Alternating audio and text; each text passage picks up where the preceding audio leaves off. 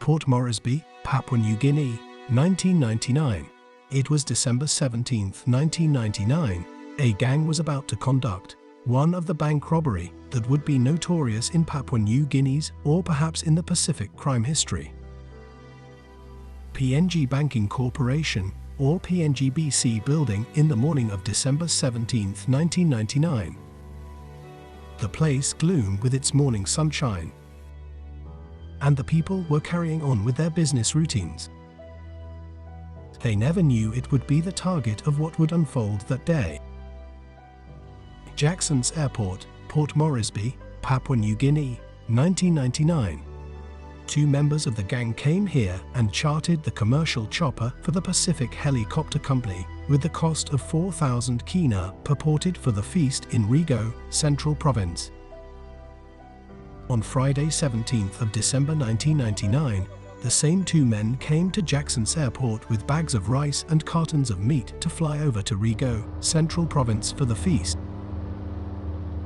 But when the helicopter airborne, the two men pulled off the pilot headgear and ordered him to land at the Garahu suburb in Port Moresby.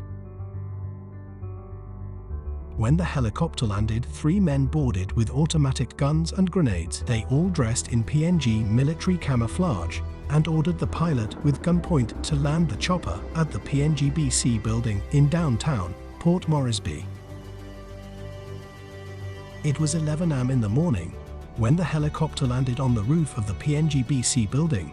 Four men pulled out and accessed the building through the vault, whilst one was guiding the pilot. The men went into the bank and shows the forged PNGDF crest to workers and said they're frustrated military personnel. Just when they want to seize the money elsewhere within the bank, the undercover police posted within the bank repelled with gunshots. The four suspects fled back to the chopper and forcefully ordered the pilot to take off. But as they airborne heavy police presence outside of the open fire and hit the chopper's rotor blade, the chopper swirled in midair and later crashed near the main Port Moresby wharf, but all the five suspects and the pilot unhurt. The five men scrambled out of the wreckage and charged at the driver of a passing security vehicle who had unwittingly slammed hard on his brakes when he saw the chopper crashing several meters in front of him. The gang shot and wounded the security man and were trying to make their way in the security car when the police cordoned the area and exchanged gunfire. The five members of the gang were shot in action as the perimeter was full to capacity with police presence. Two members were shot instantly next to the security vehicle which they were trying to hijack. Another two suspects were being wounded and died whilst pleading for life.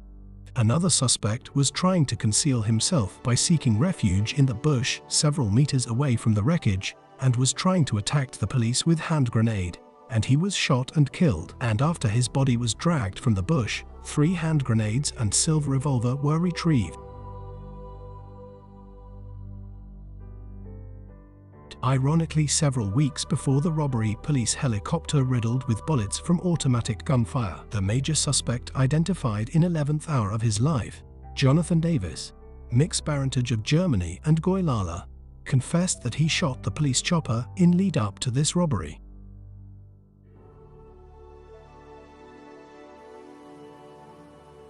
In that morning of December 17, 1999, the perimeter of Harbourside, Port Moresby was crawling with fully armed policemen, and thousands of civilians stood afar on their balcony and witnessed the incident.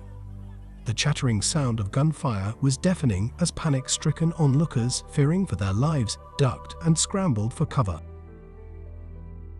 But the urge to witness the whole episode prompted the public to stay in bid to witness this rather extraordinary episode of deadly gunplay.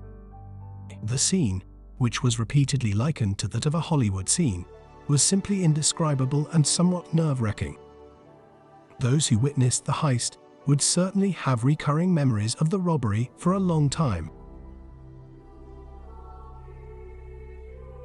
This incident sent shockwaves of horror throughout the Port Moresby city, came several days before Christmas and the start of the new millennium. Thus post-Korea named it a millennium robbery.